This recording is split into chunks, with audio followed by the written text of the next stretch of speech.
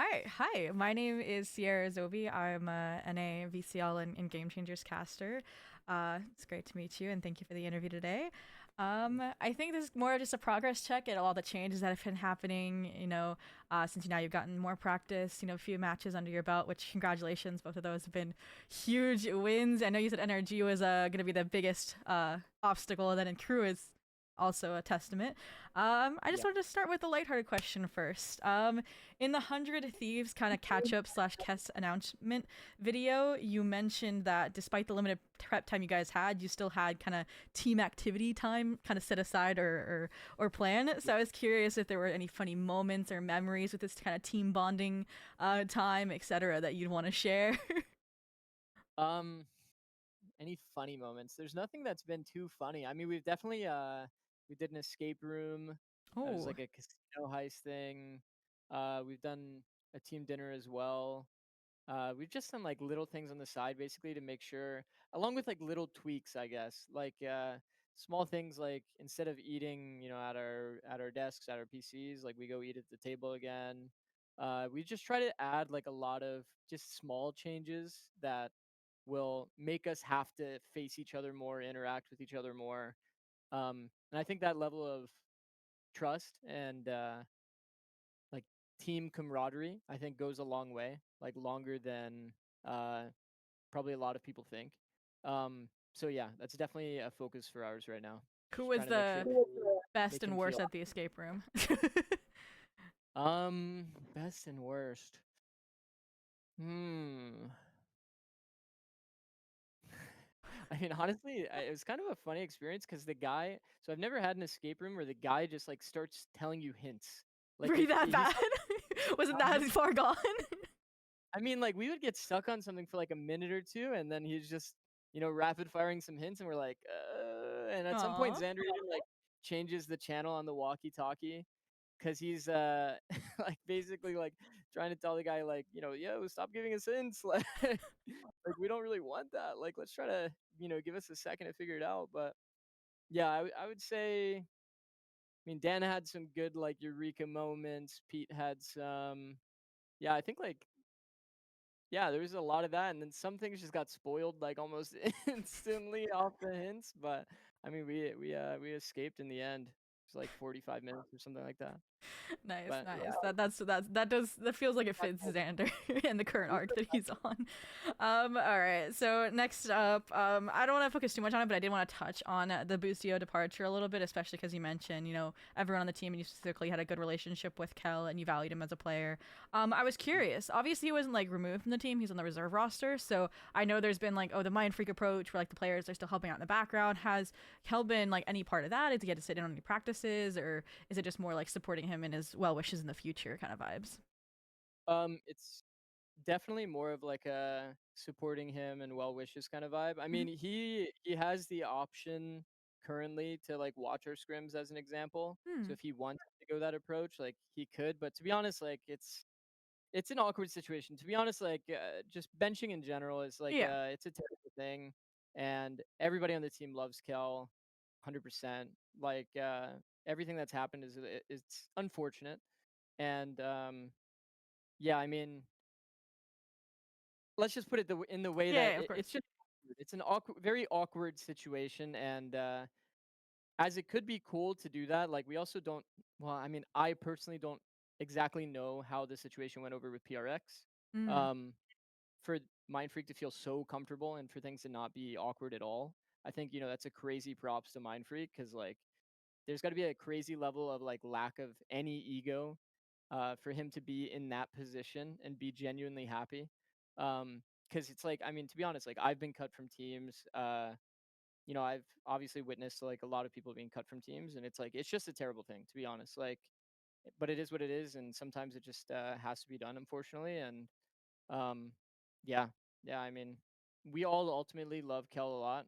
Uh, I'll do anything in my power to take care of him and make sure that he can do whatever he wants to do in terms of like his career. And I'll always vouch for Kel. I think just for him, it's like a lot of like him getting his confidence back is a big aspect of that. Um, but he's like a very intelligent player, one of the most creative players in the game, and he has a very good instinct and understanding of like what the enemy team is thinking or feeling. That is pretty invaluable for sure. So I would definitely say he can definitely come back. Can definitely be a very very good IGL. He just needs his confidence back, 100%. Yeah, it was those qualities of kind of creativity, understanding the game that prompted the question to see if he was, in the back corner doing anything. But we can move on to then kind of the benefits that have been reaped from the addition of Cass and the change in leadership structure. And this is where I kind of wanted to check in because you kind of mentioned it was too early to tell from early scrims, but you thought you would have kind of a PRX kind of style of multiple leaders in the server. And so outside of Yeah. Cass and obviously Xander, who's taken on the primary IGL role, I was curious among Asuna, you, and Cryo, who do you think has surprised you the most in that department of having that impact, in terms of strategy when you're actually in the midst of games, since you get a lot more of the comms than we do? I'm definitely not surprised by it, but I think that all three of them have a lot of moments of leadership. I think Dan, especially in this match, was absolutely incredible. Like calling set strats on the fly when we're in the mid round, like a specific exec. That's why like one of our bind execs looked as good as it did. Uh, just there's a lot of in the moment reactions that happen very quickly that needs a decisive voice. Dan was a really big proponent of that today. And yeah, I mean, but I'll be honest, like when it comes to mid rounding, making calls around yourself, like it genuinely feels like everybody on our team can do it. It's like if you have a great timing, you're gonna call around yourself. That's kind of like how it should be, right? Hmm. It's like your teammates need to know how they can best support your play, your position, and if every single person on our team is empowered to be able to like call around themselves when they're in a winning spot, when they're the win condition of the round, then that's how you become the best team in the world. So definitely like kind of the direction we're taking and something that we all on our team feel comfortable with.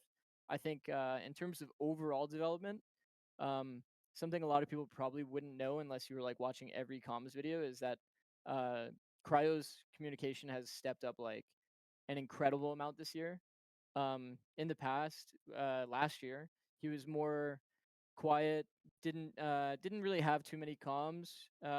He would say backline comms kind of consistently about like what he's holding for someone else or this kind of thing. But this year, especially with the addition of him playing Yoru on a lot of maps, it's like he's had to step up his comms a lot when it comes to like flashing for you. It's just he has a very simple but very effective system of his communication that I mean, he's knocked it out of the park 100%. And I have like a crazy amount of like I don't know, just I have a lot of praise to give him honestly because he's just stepped up a crazy amount this year when it comes to his communication.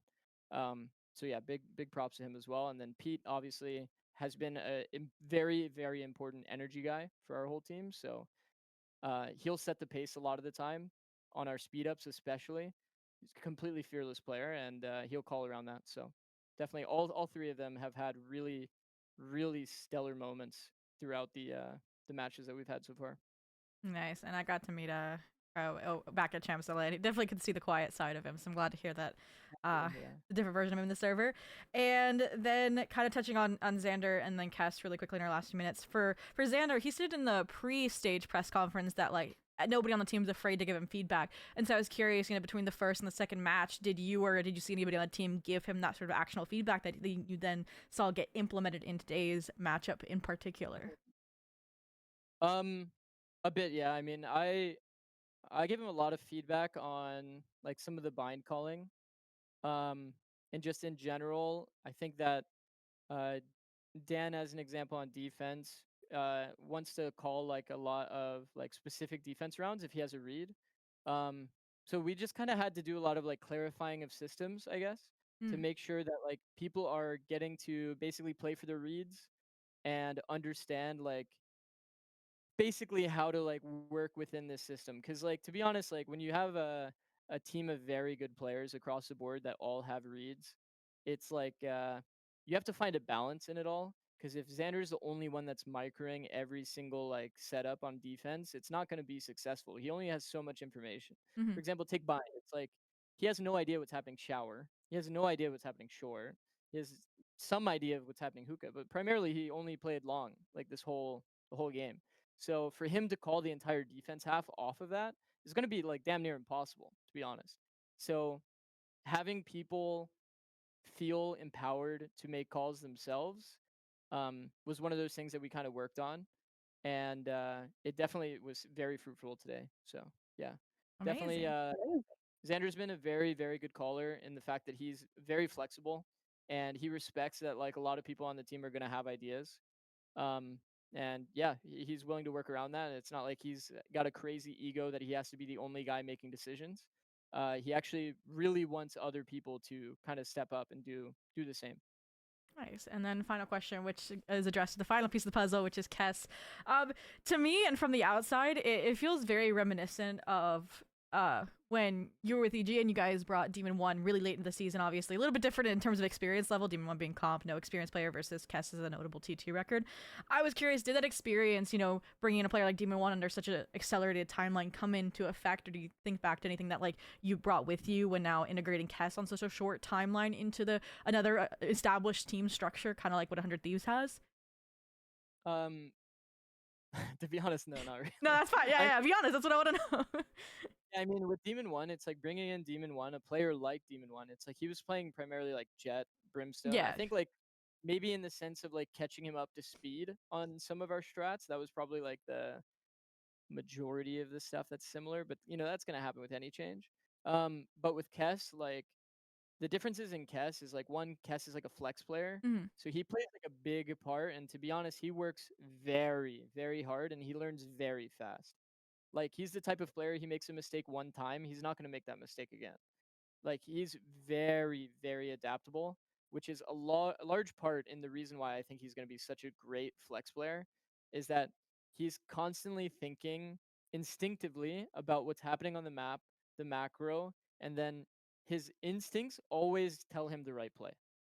Like that's invaluable to me because, to be honest, on our team we needed somebody that was going to be very stable, play well for the team, and be just a very intelligent player that can play a lot of different roles.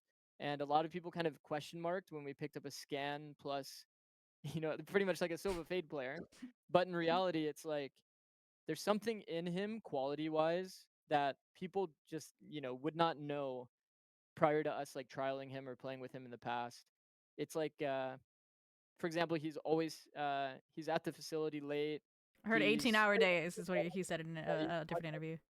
Exactly. He's watching our scrims back.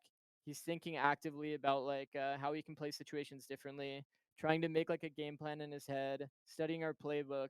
It's like the position he's in is not an enviable position. Maybe in the sense of getting an opportunity, but in terms of the amount of work he has to do and how much effort he's putting in, he's definitely going overtime, and it's honestly insane. It's been incredible. Like I've done multiple like 2 hour long like one-on-one sessions with him just talking about the game and like his role at night for like yeah 2 to 3 hours. So yeah, it's been a lot of work for sure, so I'm glad to see it kind of pay off.